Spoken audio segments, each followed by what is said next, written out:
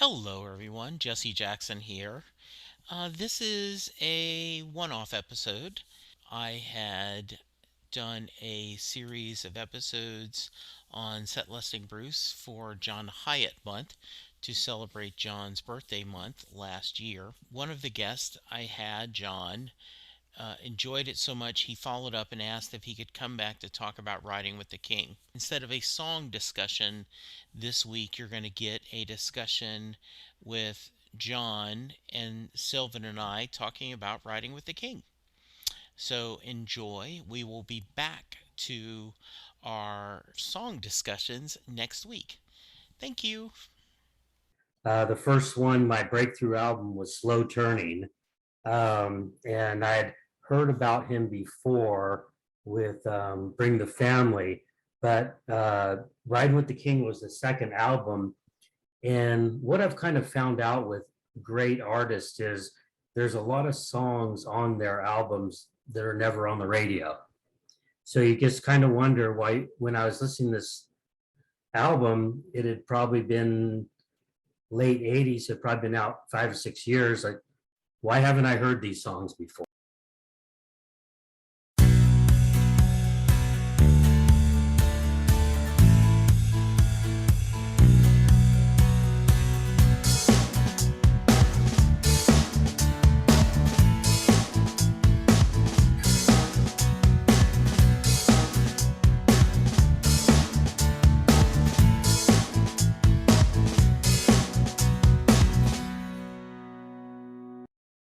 Hello, everyone, and welcome to a new episode of Set Listing Bruce, your podcast all about Bruce Springsteen, his music, and mostly his fans. I am your host, Jesse Jackson, but we are getting off the Bruce Springsteen train, and I guess we're riding a motorcycle because we're riding with the king.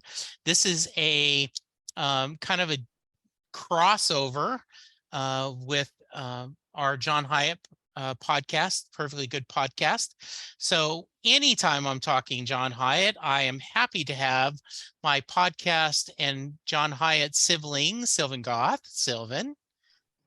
Hello, Jesse. And I am basically going to sit in the back seat of the Cadillac for this one and hear what your friend has to say about this classic album that was released when I was 4 years old. So I'm used to kind of being quiet on that one.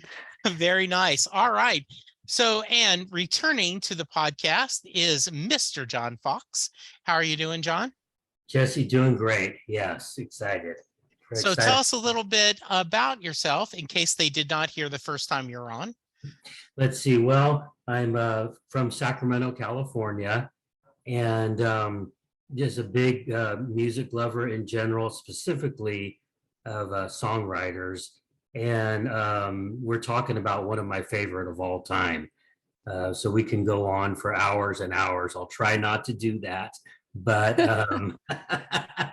well, you lover of music. So you have the right audience if you want to.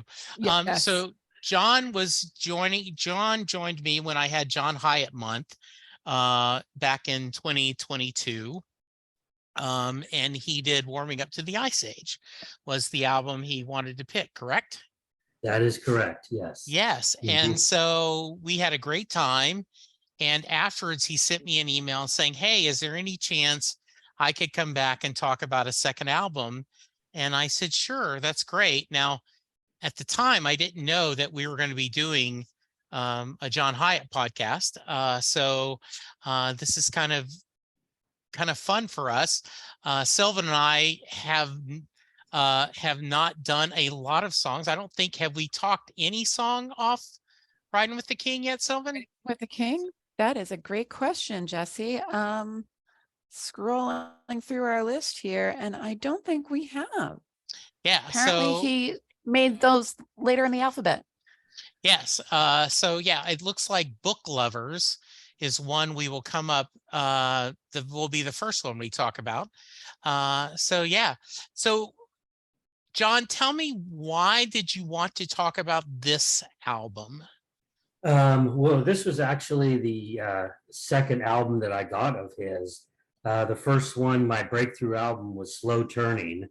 And I'd heard about him before with Bring the Family, but Riding with the King was the second album. And what I've kind of found out with great artists is there's a lot of songs on their albums that are never on the radio. So you just kind of wonder why, when I was listening to this album, it had probably been late 80s, it had probably been out 5 or 6 years. Like, why haven't I heard these songs before? Mm-hmm. Um, and and it really is one of my favorites. It's to me, it was big in his own catalog. To me, he went to another plane on his songwriting. Like every album he has great songs on it, but to me, this was the one where like every song was good, every single one, and that's a trait that followed basically the rest of his career to me. And so I really loved this song. It was to me, it was his kind of a breakthrough album. Um, So I have a follow-up question, if I may. Yes, please. I'm just curious, since you did say that you got Slow Turning first, that would have meant that you got it in kind of the late 80s, around the time that CD stores were really prevalent. So did you happen to get this on CD for the first time, or did you get it on vinyl?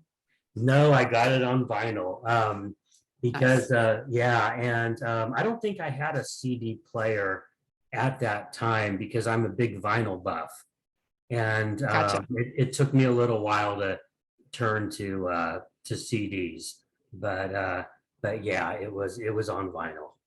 Yeah. So I want to hear, and Sylvan, I'm going to let you, even though you said you were 4 when this came out, your experience with it, but I thought I'd share. Um, so I started dating Linda, who's my wife, in 1980, and one of her best friends, Jennifer, was dating a guy named Rick, and he adored John Hyatt. Slugline was one of his favorite albums. And so they all loved John Hyatt. And I kind of felt out of the group, like I wasn't part of that cult. I was still loving the Beach Boys and Brian Wilson. And so Riding with the King, I remember getting it. I don't remember if this was a CD or a cassette, but I did get the release and I listened to it. At the time I was a I did outside sales. I called on restaurants, and I had this in the player going constantly, and it was the first John Hyatt album that I really loved. I embraced this. I felt like all of a sudden, okay, now I get it. Now I'm part of the cool kids, because, Jennifer and Linda have been friends since the first grade. Right. And so Rick and Jennifer dated in high school. So when we started dating, I was definitely the youngest person, and, I had the less tenure in that relationship. And so I always have a lot of great memories about this. And I also love um, that there are some great songs on this CD or this release. So obviously, Sylvan, you got onto this later, but any thoughts on Riding with the King? Um, Sorry. oh no, Sylvan, sorry, go ahead. Yeah. No, I mean, I love this album. It was there waiting for me to discover. I shared when I had my episode with Jesse that John Hyatt's music has literally been a part of my life forever. And then there was one trip that we were listening to Slow Turning in the car over and over again. That was when I was about 10. And I started actually reaching for his albums myself. So at that point, Riding with the King was there. It was on CD. And I think it was this particular summer in between when I was too old to go to summer camp and too young to have a good a summer job that would keep me busy, I spent a lot of time just putting on John Hyatt CD after John Hyatt CD. And I remember this one always felt really fun. And I loved all the songs on there. Like you were saying, that like there really isn't a bad one on there. And there's such storytelling. Mhm. I had asked the question about whether you listened on vinyl, because it wasn't until I was older and kind of doing more research that I realized that there are two different producers for Riding with the King, and Mhm. that this is an album that was really defined with a side A and a side B, which I never had that experience of. So did you have a favorite side, or do you always listen to it A, B, gotta do complete? Uh, Yeah, I think that's the number one question when you're riding with the king, side one or side two, side A or side B. Uh-huh. And to me, it's side B, Okay. definitely. And, I can definitely go into that. It's, I like how you said the different producers, because usually an album was produced by one person way back then. And I like how one side was one and one side was the other. You know, the first side had basically Scott Matthews was the whole band. He played drums, bass, keyboards, as well as backing vocals. The other side had the full band with Nick Lowe at the helm. Um, and but really the all-star of that second band was Paul Carrick. And we all know him through Ace, that song how long has this been going on? And then he sang this Tempted by the Squeeze, and that was a big hit. And then he was on with Mike and the Mechanics. So this is a big name star as well. And I think the combination of Nick Lowe and um, Paul Carrick really put it overboard. And not to say anything bad about Scott Matthews, because he does a solid job, but there's an old saying, a jack of all trades, but a master of none, you know? And I think Paul Carrick's keyboards to me really was the difference between side A and side B. Um, they both have great songs on it, but if you, that's my take on it. So, John, have you seen any of these performed live? I did see Riding with the King perform live, and he really did an extended version. This was, I think, right before COVID, probably 2017 or 18, and I can't remember if it was the last song before the encore or the encore, but he really extended it on stage, and something that he normally doesn't do. He'll play. He usually doesn't extend the songs too much from the records. What you get's what you get. But this was really good, and that's the only song I've ever seen live off of the album. So, Sylvan, you've seen him more than either of us, I'm sure. Um, I know one of the things that I've always wished is he would go back to some of his older catalog, and play some of those. Um, I've heard him do Riding with the King twice, I think. But that's the only thing that is. Have you heard any of these live? That's a great question. I know I have heard Riding with the King, and I was wondering for either of you if you heard it soon after the BB King and Eric Clapton cover, and whether he did the revised bridge as opposed to the version that appears on this album. It seemed like he was doing that for a while, and then as often is the case that the original really was the better version, he has gone back to he'll thank BB and Eric for covering it, but he won't talk about the red cape and the tuxedo, or no, he will talk about the cape and the tuxedo. He won't talk about, I don't know, I can't even Shiny remember Colt right now. 45. Sorry. No, Yeah. Yeah. I saw him last year, and Mhm. he ended with Riding with the King. That was the final song he did with the Goners. you know, I've always wanted to hear Love That Harms. She Mhm. Loves the Jerk. I mean, you know, there are a lot of these that I would love to hear. So, and I guess it's just, you know, he's moved on, Yeah. right? Well, Mm. I mean, it's hard to believe this is a 40-year-old album.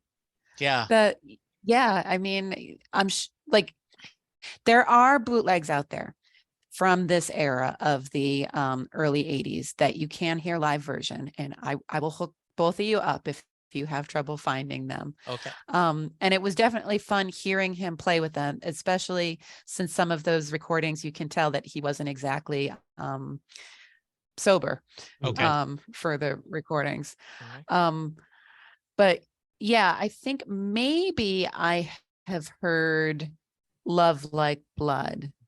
One of my absolute favorite songs is Say It With Flowers. And Yeah. I think that would be so much fun to hear live. And I doubt I ever will. And I don't think I've ever found it on a bootleg of any kind. Okay. Um, Yeah. I, So, John, how you want to do this? Do you want to kind of go through just quick thoughts on each song? Do you want to Yeah, kind of, I'd okay. definitely like to talk about each song. Okay, good. I'd We're going to let like you to take say, lead. all right. Well, I'd like to tell you the one thing about him playing these songs. He played the Crest Theater in Sacramento in '92 with the Guilty Dogs off of the Perfectly Good Guitar album. And kind of afterwards, I waited around backstage and met him. And one of the first things I asked him was, "Why don't you play your older songs?" You know, I said, "There's so," and he says, "Well, you just can't play them all." And he just kind of shrugged it off. And so, but yeah, I just don't know why these songs aren't played more because they are just so good, you know. Yeah, I mean, because I know one of the things that, and I think I'm going to put my other hat on. There are Springsteen fans that go crazy when he plays something from the first two albums. Mhm. And I'm like, eh, like, Oh yeah. you know, and so I'm sure modern Hyatt fans, if they did something from one of these, they would go, eh, while I would be losing my blank, Right. right? So I see both sides of it. So, and yeah, I mean, unless you're going to do a 6-hour show, you have to pick what you think works and what the audience likes. And um, it would be kind of fun that, if I was giving a suggestion, and luckily John's not calling me up and asking for advice, but I would throw a wild card, like one slot in the set list that would pick something, here's one from the oldies, and would throw in something, would be kind of Mhm. fun. Yeah, that Yeah. yeah, really. and it is interesting thinking of some of these songs with the different bands, like you were saying, seeing him with the Guilty Dogs. They had a very distinctive sound. Yes. Is there a Yeah. particular song aside from the title track, Riding with the King, that you think their stamp would have really been well placed on any of these songs? Oh yeah, yeah. Because they definitely rocked. The Guilty Dogs were Mm-hmm. really they rocked, and it was a great show. I remember, and they're on that Live at Budokan album as Yeah. well. So anyone wants to get a feel of what that tour was like, check out that CD And album. and is there any specific, as she said, that you think might be good? Like, I could see I don't even try, as that, with that feeling of, with those heavy guitars and such. Oh Yeah. yeah, definitely that one. And Say It With Flowers would be another one. And Falling Up would have probably been, the Rockers, Riding with the King. Wow, they could have done a lot of these, huh? Yeah, exactly. Come to think of it. All right. But yeah, but speaking of I don't even try, Mm-hmm. yeah, that's the first one. Um, and to me, uh, I was talking about the Scott Matthews. He was playing that, what I want to say, those cheesy kind of synthesizers that's really dated in the 80s. Whereas on side two, Paul Carrick is the piano and organ. Um, so it starts off with that guitar riff and those keyboards, but the lyrics just hold up really well, you know. And then you hear this song, and there's kind of a recurring thing throughout the album of love gone wrong. Don't you think there's a lot of the songs are about that we're going to get into, bad luck and hard times. It's a guy who's pining for this girl who has a new boyfriend, and then she's out on him as well. So the third and fourth line or lyrics, champagne parties and sweet love scenes. Now it's warm beer at midnights and girly magazines. I stack an empty cans up like a freshman in school. It's the kind of thing you're into when you ain't nobody's fool. Got my socks in the oven, something's growing in the sink. I can't begin to face a day without a couple drinks. Had a decent meal since you made me cry. Well, I used to be your lover, but I don't even try. That's great. I mean, you can just picture that whole scene. Everyone knows that person. Everyone knows has had that feelings and all of that. And his lyrics are just so descriptive. So Yeah. So we talked about before, by the way, we joined you that Sylvan and I aren't going to go too deep because we're going to be breaking down every song individually. But no, I please do. I do think that there is something about, and I hope I don't offend either one of you, but a sink full of dirty dishes just looks like your life's out of control, dude. Right? Mhm. Like you just given up. That just seems, like, dishwasher, wash a sink. Like, how hard is it to do this? And I do love that imagery. It is interesting that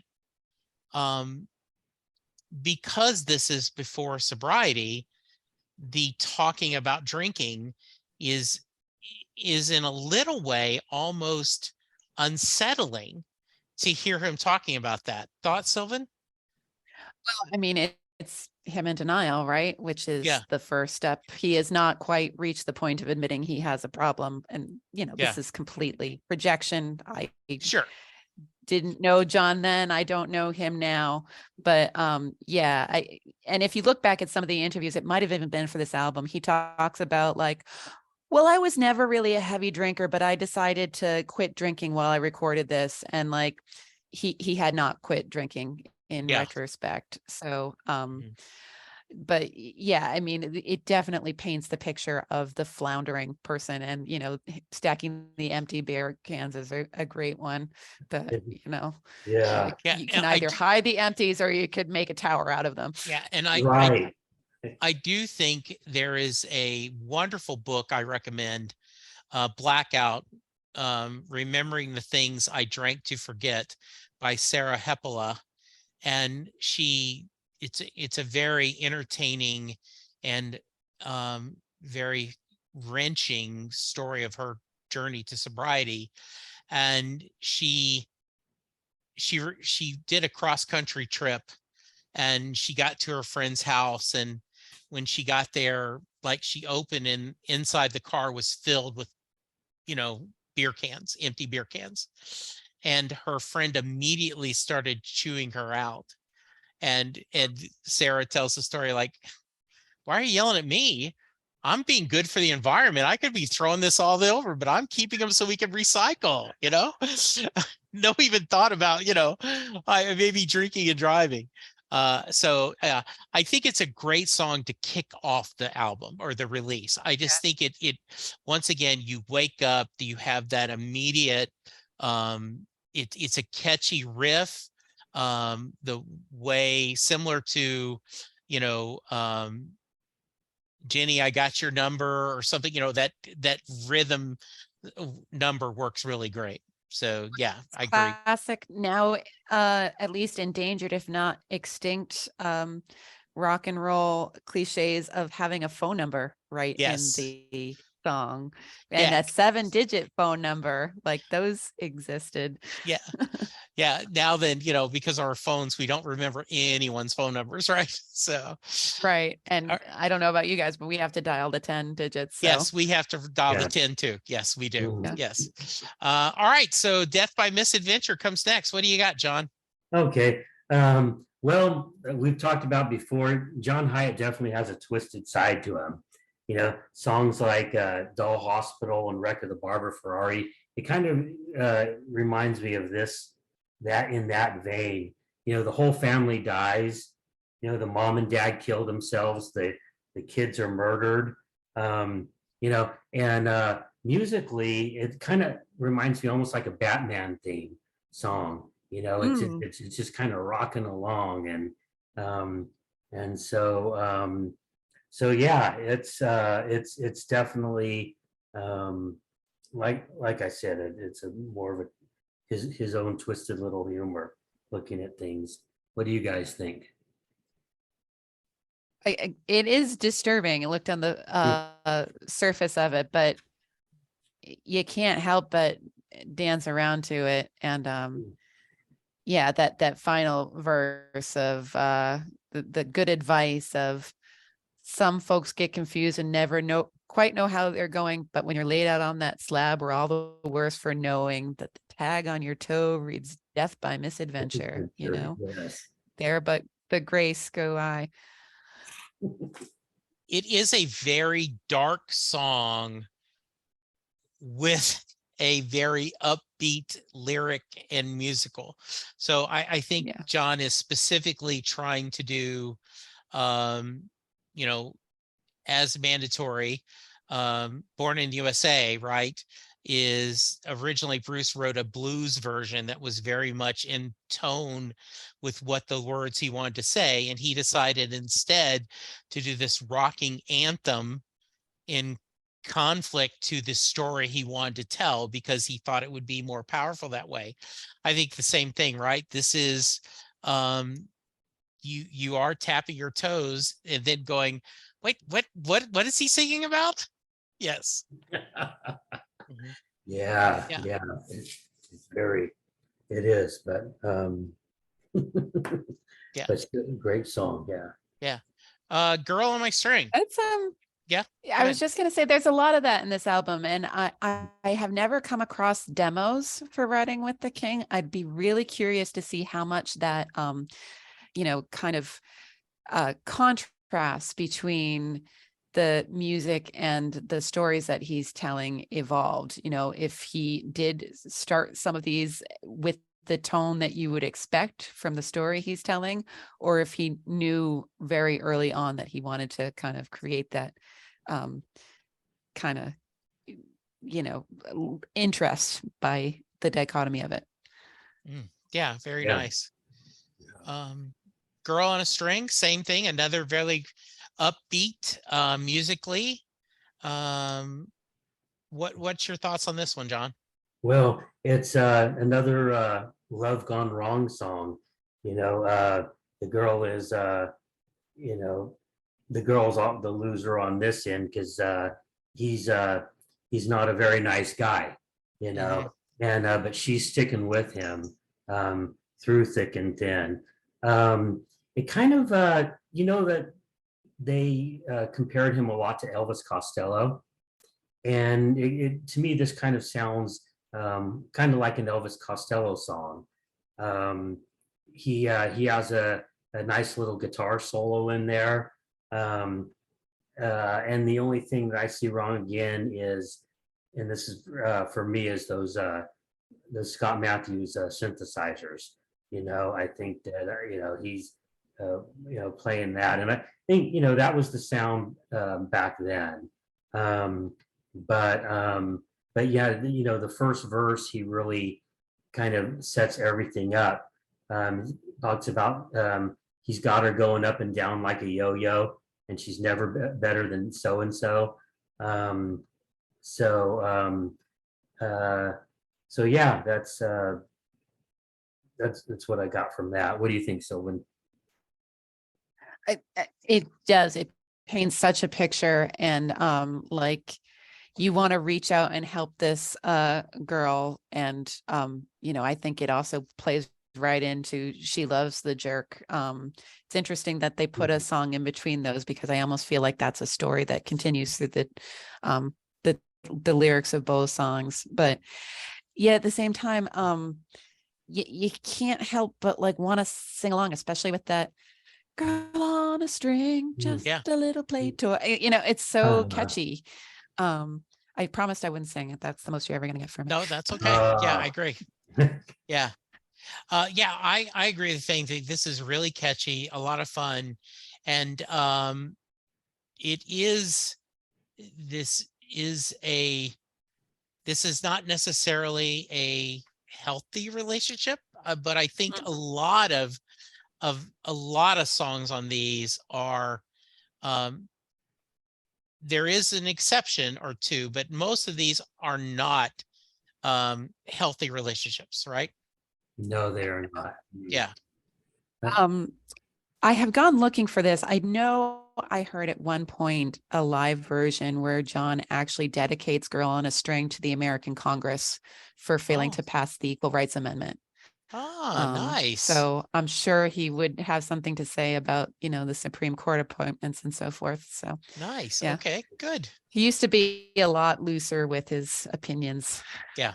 Now, what year was that? So would you remember? Do you?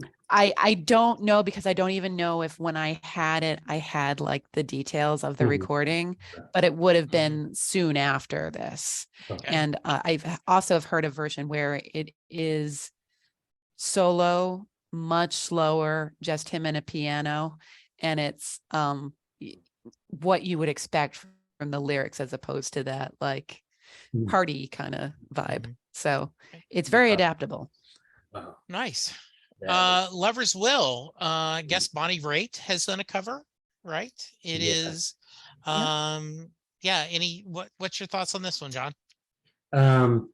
So to me, it's the first just great, fantastic song on the album. Lyrically, it's brilliant. Again, these people, the feelings that they're having, and it's just all neatly condensed into 3 verses in the chorus. Now, here Scott Matthews trades in his synthesizer for an organ, and that really takes the reins musically, and as well as the background vocals. I think this to me is his best um, um, showing on the album. But it's just brilliant. Like who will if love is the healer, who's the first one's ill? Lovers will. To me, that's just it's just it's I don't it just says so much to me without me repeating the whole lyrics. Anyone listening, take a listen to this one, because it's really everything. It's a perfectly written song. Agreed. And I think a lot of other musicians have agreed with that too. There's a lot of covers out there. One of my favorites is actually Johnny Adams, who's a soul singer that had done also, she said the same things to me, and he's got such an amazing voice. It fits the melody that John built for this so much. And Amy Grant actually covered it with her husband at the time, Gary Chapman, which I think is almost kind of tragic, knowing that they then, or no, that was Love Like Blood. Sorry, I am mistaking my love songs from Riding with the King. But Johnny Adams definitely did Lover's Will. Yes. Okay, I will have to check that one out. Yeah. Yeah, that sounds great. Yeah, I agree. It's a great song.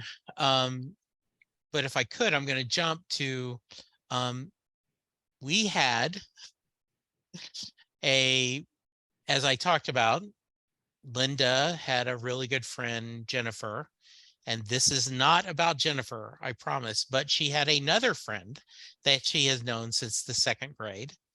And she ended up marrying somebody that most people did not approve of. They did not think that he treated her very well. She later divorced and was happy about that. But at the time, um, Linda thought She Loves the Jerk was as perfect of a song about her friend as there could be. That just this whole idea that um, the she loves the jerk. I mean, this guy treats her horrible, and I love the musical way of this where they tell the story and then it's almost like she loves the jerk, right? Like almost the sigh, like no matter what else I put, she just loves the jerk. John? Yeah.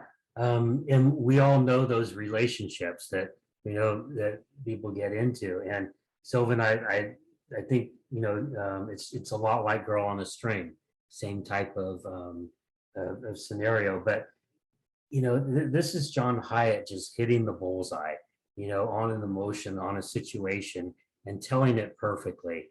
No one else can write these lyrics, besides John Hyatt, or put it that way. And that really just, you know, really makes you think and say that, wow, this is it. So yeah, I love that song. Believe there is actually a video where John is like lip syncing to this, and it sounds like that would be silly, but he just captures the emotion so intensely and that I hang up the phone and pretend she's in my arms, like you feel it physically in your body what he's singing about there, and you can imagine what it Yeah, looks like. yeah. I mean, this Right. could be in almost any romantic comedy, right? Where Mhm. I'm in the friend zone, I'm stuck in the friend zone, and the singer is talking about that, and that this whole, um, and you can only go too far, like saying you married the wrong guy, but Mhm. if you push too far, um, she's because she loves the jerk. I think a really powerful song, and um, and like I said, because of the history we have, this is something we just really love. And every once in a while, we'll still bring up if we see something on a TV show or a movie. Then it's like, okay, man, she loves the jerk, and we immediately know what we're talking about. Yeah, Yeah. I like it when he says, Johnny, she says, you never do these things to me. And the yeah, fact that because it makes it so personal, like he is the one, like you really think he's the one who's really hurting in that. And mhm, it makes it so personal for him. yeah.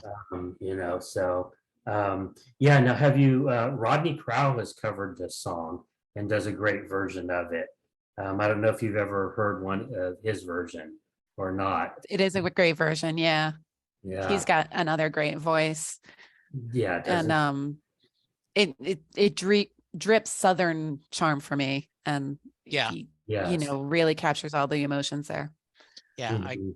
I agree. And the great, um, yeah, I'm a big fan of Rodney Crowell, and so yes, I have heard him do that, and it seems like he's another one, right, that has a lot of respect for Hyatt, and you wonder how they've never kind of worked, because Hyatt and Roseanne have done together.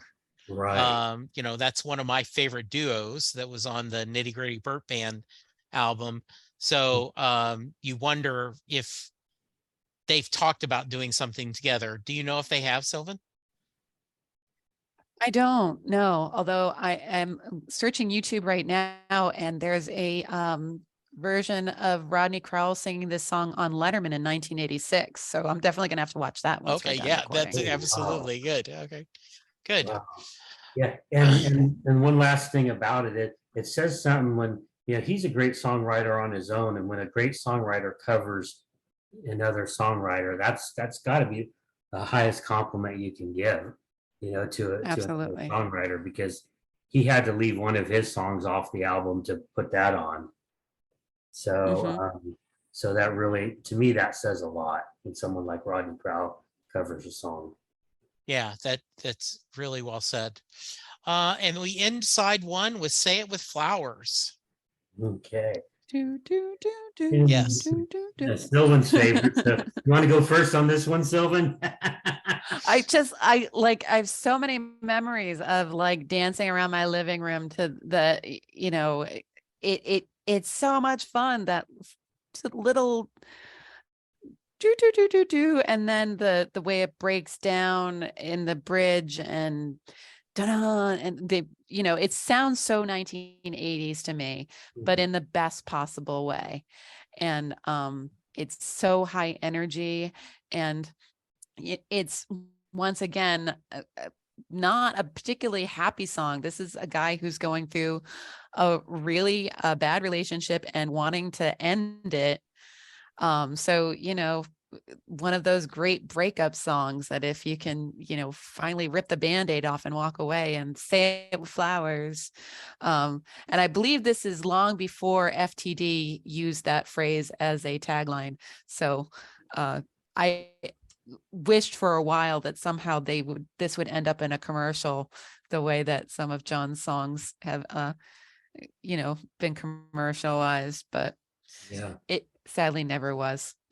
Mm-hmm. Oh, I know. Yeah, it is. It's, the guy gets dumped. It's kind of like the I don't even try, kind of reminds me of the same Mhm. thing. And it also kind of reminded me of something that could have happened on All of a Sudden, the album before that, musically. Mm. That I kind of hear that in there. So I don't know what you guys think on that, but No, yeah. I could. That's a really interesting take. Yeah.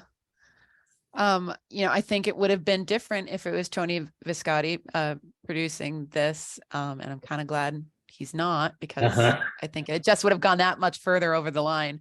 But Mhm. like for me, it's like it's overdone in the best possible way that it works. Yeah. Right. Yeah. Yes. Yes. Definitely. Good. All right. All right. So we flip the cassette over. It does look like, I was searching, it looks like that there was a limited release, Songs from the Quarantine, where Rodney Crowell worked with a couple of musicians, including John Hyatt, but it was only a limited release Hmm. so now I'm going to have to go and try to find that. So yeah. All right. Riding with the King. As we talked about, this is something that still is on the set list. When we talk about this, I'm sure we're going to cover the cover. That seems redundant. But I think this is a really a well done song, and I see why it's the title track, and it starts off the second side really, really strong. How about you, John? Yeah, definitely. It's so we got Nick Lowe and Paul Carrick and company, they're taking over. I really like how the organ and the guitar weave in and out, and it's a real funky groove. Um, the first and last verse, I think the first and last verse talk about himself, and the middle seems to talk about Elvis. Mhm. I like it's a great opening line. I dreamed I did a good job and I got well paid, blew it all at the penny arcade, you know? Yeah. That's his total sense of humor with that. And so yeah, this was the one song where I couldn't believe I'd never heard it before, and the radio hadn't been playing it, because it's just so clever. So just a great, kind of like I said, a tribute to Elvis, but also talks about himself as well. He Yeah, talked about. it's the kind of tribute that John would write, that, Mhm. it is self-reflective, and it's also like, yeah, so I obviously heard this song before I knew a lot about Elvis's history, and like I kind of just pictured it as, a very straight ahead tribute to Elvis, that like John had always just admired him and saw him as this bigger than life figure at his peak. But I read, I don't remember, it might have been in the liner notes for the Best of album, that this actually came shortly after Elvis died, that John was driving around the woods and had the radio on, heard Elvis's songs back to back and realized, oh, something must have happened because the radio wasn't playing Elvis at that time. And then just pulled by the side of the road and broke out into tears. Yes. And so this song doesn't seem like the kind of song that comes out of a man crying alone in the woods, witnessed by a moose, but that is exactly the start of this song. What? And it is just the twisted mind of John, where it went from there. Right, right. And I mean twisted mind in the best possible way, of course. Exactly. Oh, Yes. it's a twisted mind, all right, but there's nothing wrong with that, you know. So and yeah, he was definitely recollecting that ride. It was down in Wyoming. He was coming down, and but I had actually met Scott Matthews before, and he had told me that he had had a dream about Elvis riding a motorcycle, and he told John Hyatt that.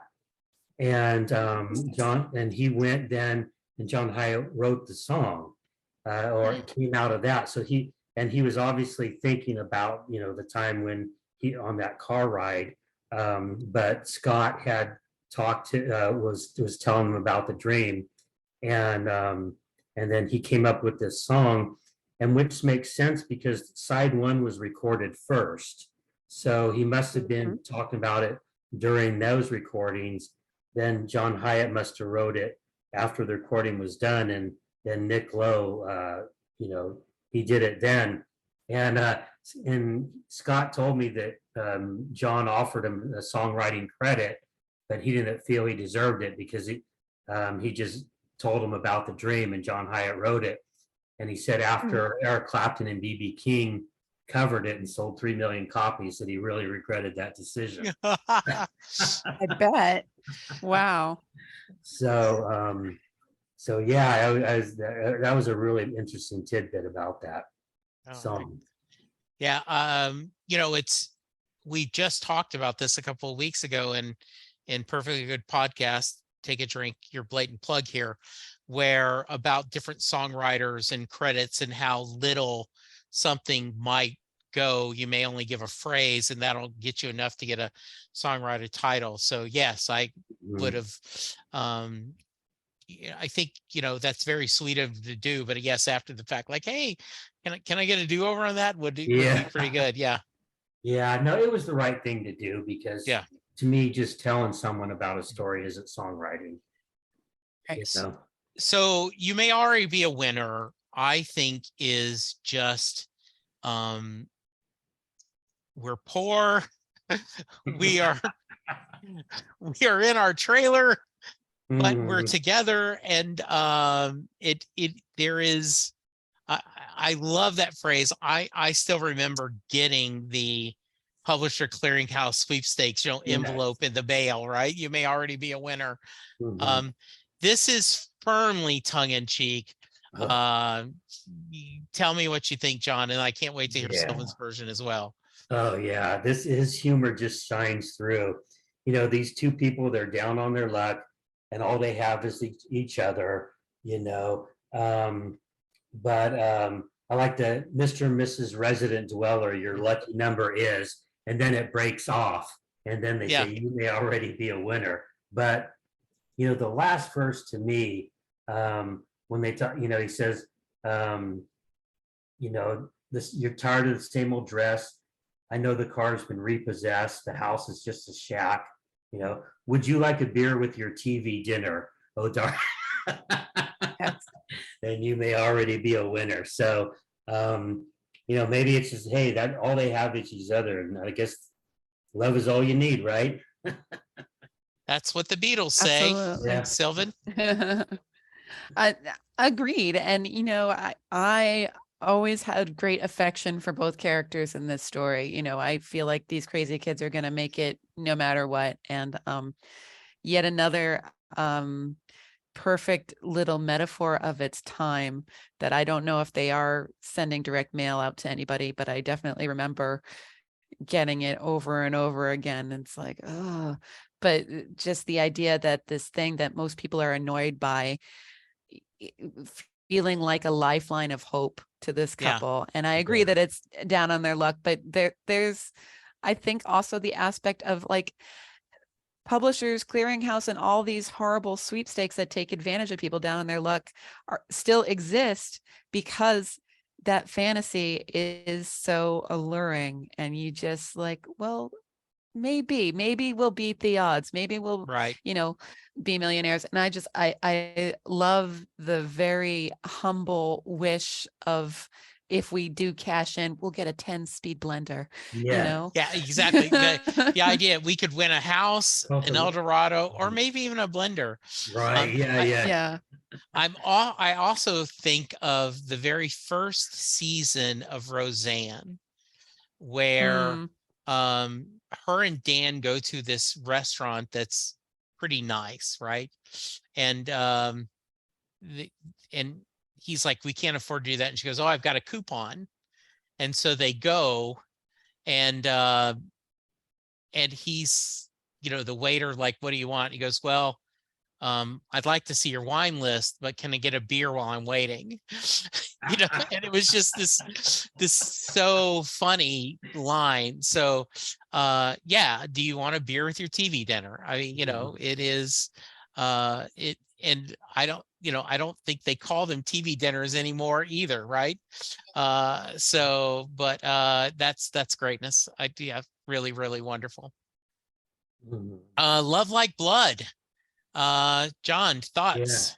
Well, to me, this is the album's only love song, you know. And I really think musically it can fit on Warming Up to the Ice Age. It has that same kind of funky, soulful Yeah. feeling as like She Said the Same Thing to Me or The Crush, you Mhm. know. And if you ever hear that opening riff, you almost think they're going into like Soul Man by the Blues Brothers. Yeah. And so yeah, that's kind of my take on that one. What do you think, Sylvan? I agree. It's a beautiful song. It's had quite a few covers. But to me, it's almost a troubling love song, because I get nervous anytime someone talks about love as, I need you, this other person, to survive, which, if we're saying love is like blood, that is literally what we're saying. Yeah. Oh yeah. It's quite different from Have a Little Faith in Me, which I think is an adult love song that's like, we support each other and we give each other that faith that we need to try. It's beautiful. There's so many lovely nature metaphors in here. But yeah,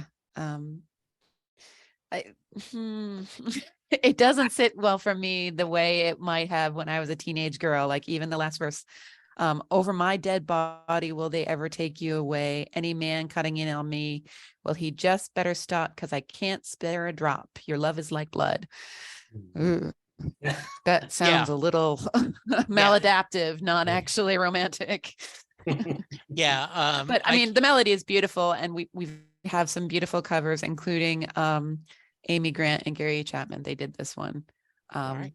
We'll have and to then check. divorced. So Yeah, there we go. Yeah, I remember liking the song. But I like the next one more. The Love That Harms is Mhm. one of my favorite songs. I love the melody and the way he uses his voice on that. I think it's one of my favorite songs on the album.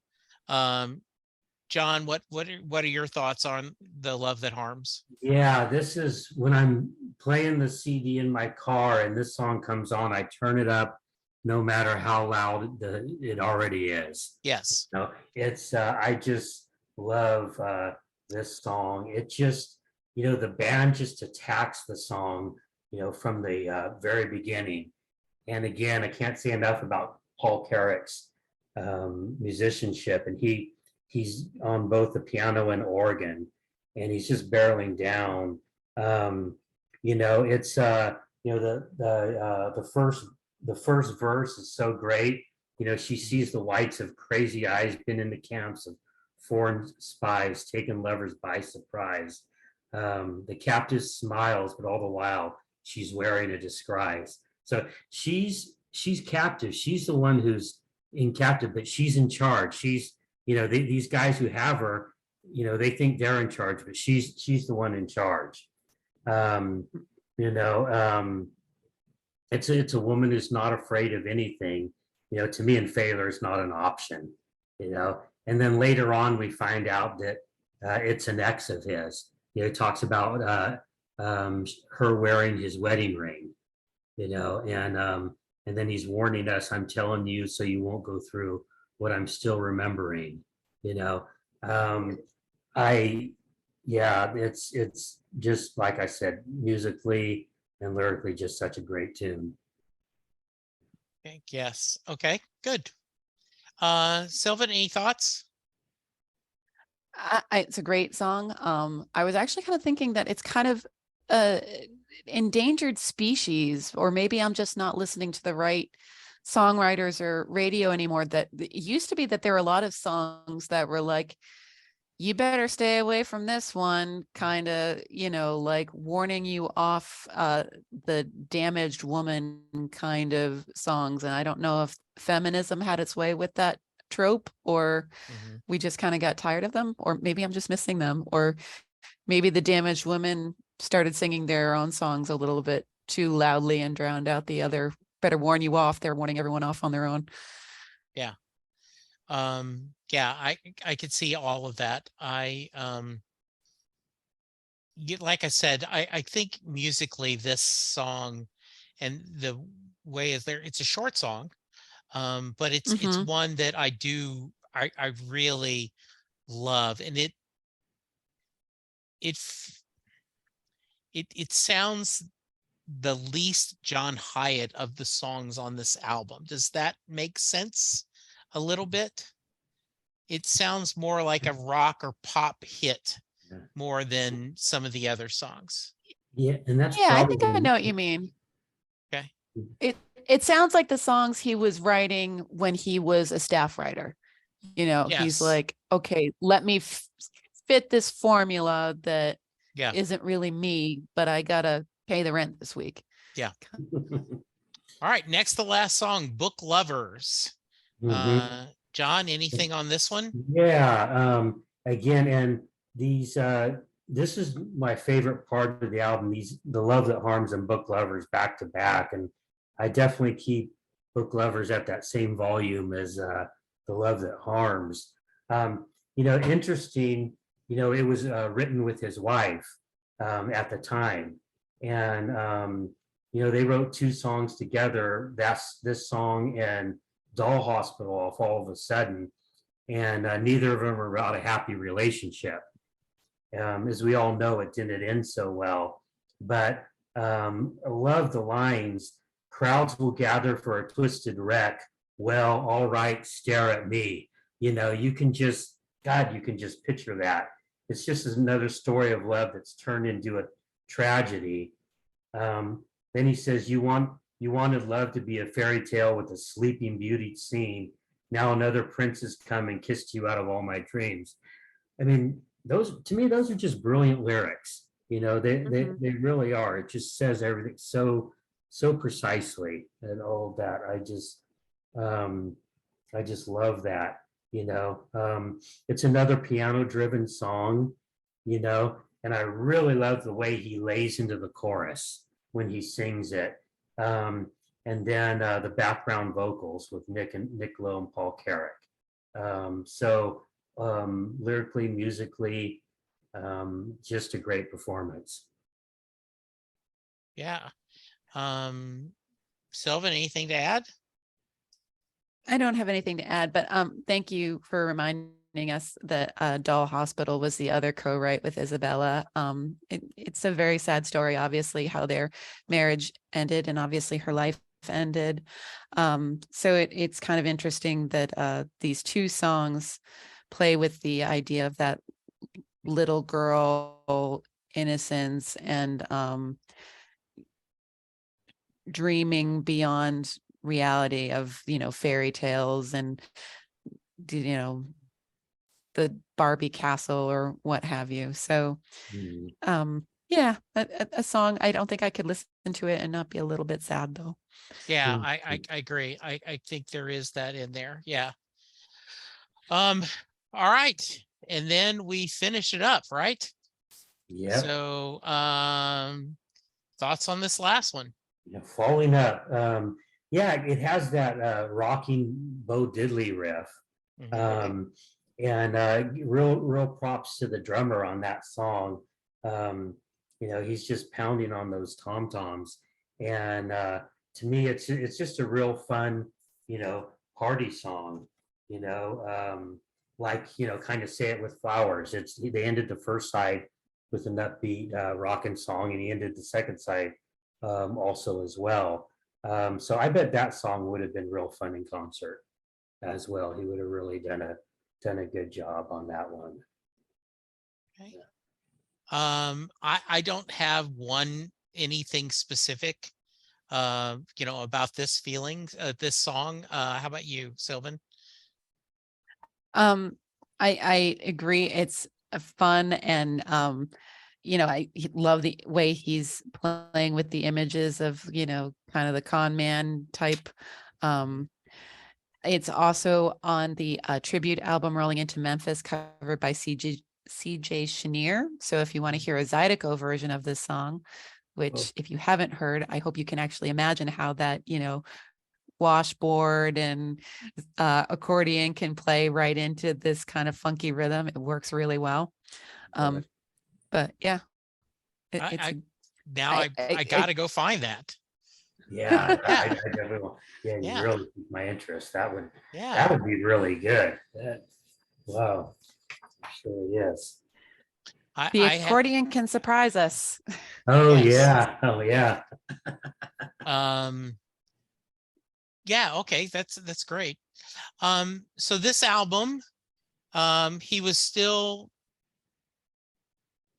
he has one more album to go before he finds his kind of breakthrough album, right? His version of Born to Run, Bring the Family. But I think there's a lot in this album that shows that he's always been a very good writer. And, I think he's still working on finding the voice he wants to do. How about you, Sylvan? Thoughts on this, just in general terms of the catalog? Yeah, I think it's really epitomizes the Geffen years, Yeah. that there's all this expectation and this oomph behind it, but it's with it not quite fitting the man. The suit's just a little bit awkward on him and not quite working.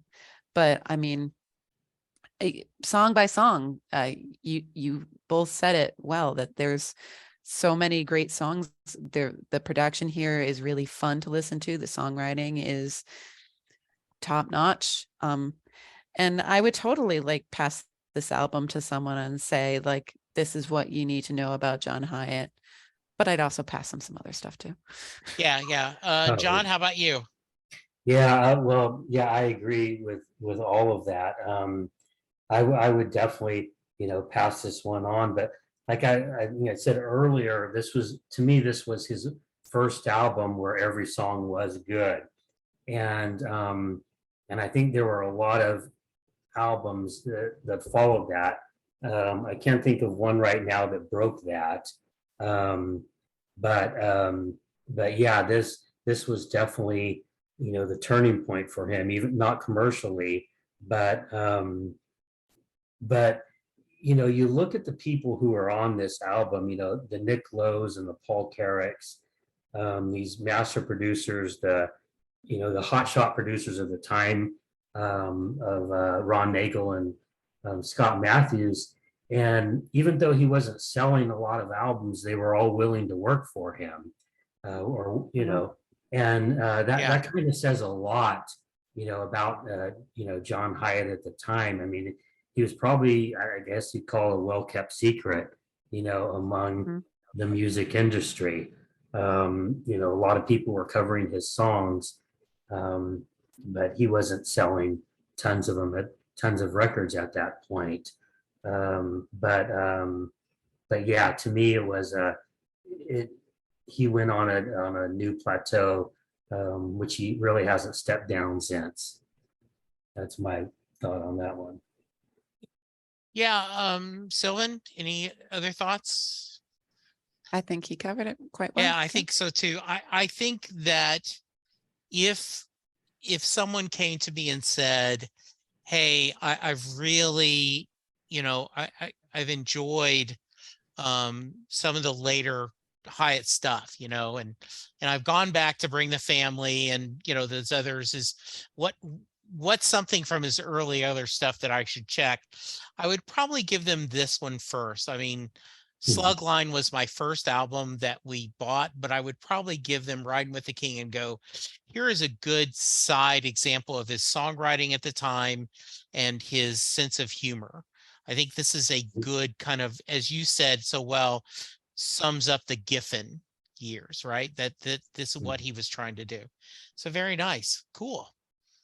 John, thank you. This was a lot of fun. If someone wants to reach you, how can they?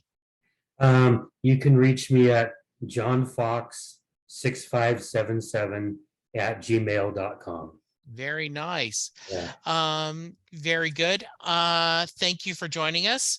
Um, I do got to give you another plug. If you've enjoyed this discussion about John Hyatt, Sylvan and I are every week going through every John Hyatt song in alphabetical order.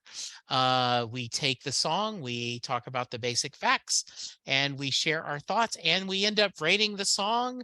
And sometimes we even disagree with each other on the ratings.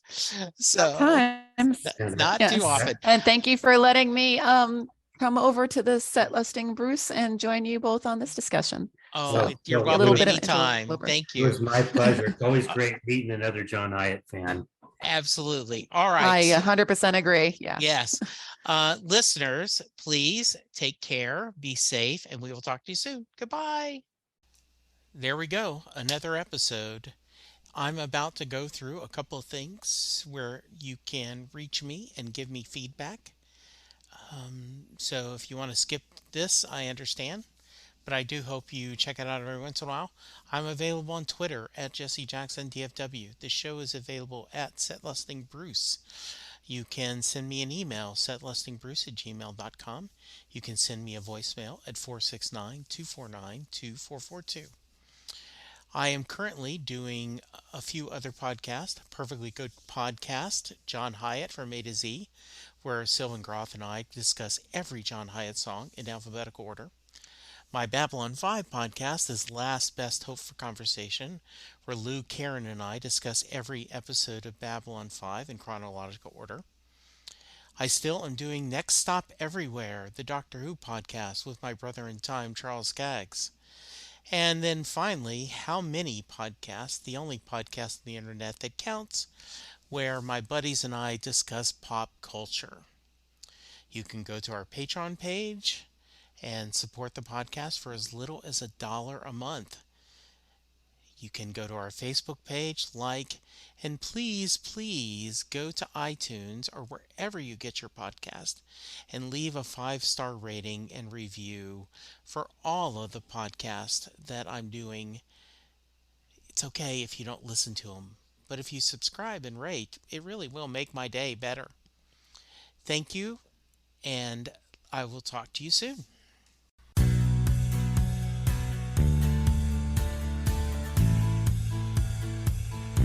You just heard the fun talking, hard rocking, music loving, album ranking, fan thinking, joy spreading, lyric reading, story sharing podcast that is the one, the only, Set Listing Bruce. The theme for Set Listing Bruce was written by David Rosen, used by permission.